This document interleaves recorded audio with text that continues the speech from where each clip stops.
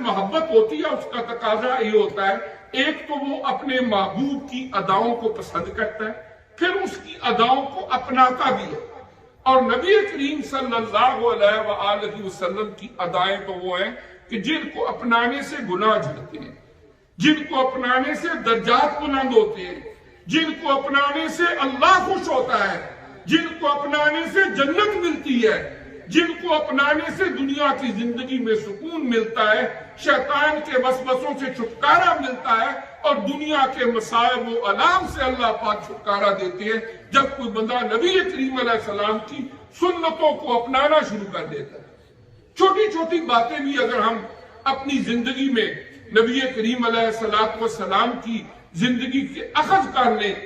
کون بندہ ہے آپ میں سے جو پانی نہیں پیتا؟ کوئی ہے؟ کون بندہ ہے جو کھانا نہیں کھاتا؟ ہم ہر روز کھانا بھی کھاتے ہیں، پانی بھی پیتے ہیں۔ اگر ہم چھوٹی چھوٹی باتوں کو اپنے ذہن میں بٹھا لیں کہ جب آپ نے پانی پینا ہے، بسم اللہ الرحمن الرحیم پڑھ کے بیٹھ کے 3 سانس میں پینا ہے کم از کم، تو 3 دفعہ سانس لے کے اس پانی کے گلاس کو پیئیں، بعد میں آپ الحمدللہ پڑھ لیں، اور اس نیت کے ساتھ، اس ارادے کے ساتھ کہ یہ میرے نبی کریم علیہ السلام کی سنت ہے۔ آپ نے پانی تو پی لیا لیکن ساتھ اس سنت کا ثواب بھی مل جائے۔ آپ گھر میں بیٹھتے ہیں ٹیبل پر کھانا کھانے کے لیے، بچے بھی ساتھ بیٹھتے ہیں، چھوٹے بچے، پوتے، بیٹے، بیٹیاں ہوتے ہیں۔ اگر آپ اتنی ایک بات کر لیں کہ جب آپ ٹیبل پہ بیٹھیں سب سے پہلے انہیں کہیں ہاتھ دھو لیں، اور ساتھ یہ کہیں کہ کھانے سے پہلے ہاتھ دھونا ہمارے پیارے نبی کی سنت ہے۔ دنیاوی فوائد تو اپنی جگہ ہے نا، جب ہاتھ دھوتا ہے بندہ، کچھ جراثیم، کچھ چیز لگی ہوتی ہے اتر جاتی ہے، لیکن سنت سمجھ کے آپ نے ہاتھ دھوئے۔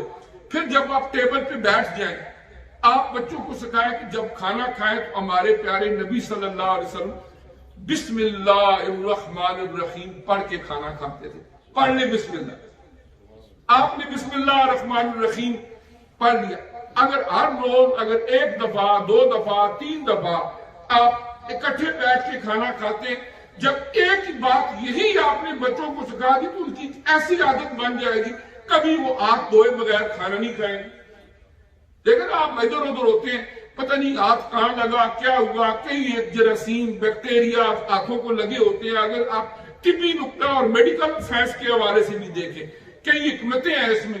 جب آپ نے سنت سمجھ کے باقاعدہ ہاتھوں کو دھو لیا، اب اس کے بعد آپ نے کھانا کھایا، پھر بسم اللہ الرحمن الرحیم آپ نے پڑھ لیا، تو گھر میں ایک سنت پر عمل کرتے ہوئے بچوں کے ذہنوں میں یہ بات بیٹھ جائے گی، اور وہ بڑے بھی ہو جائیں گے تو وہ کہیں پر بھی جائیں گے، کھانے کا وقت ہوگا، عادت جب آدمی کو پڑ جائے نا تو بندے کو کوفت ہوتی ہے اگر وہ عادت پوری نہ ہو۔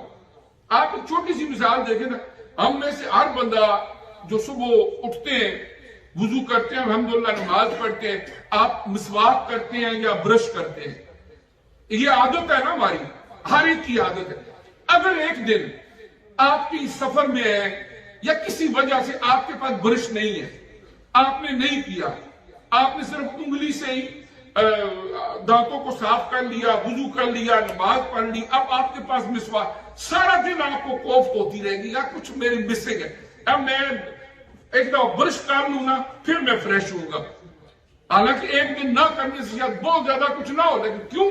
ہماری ایک عادت بن چکی ہے، اور سنت بھی ہے، عادت بھی ہے۔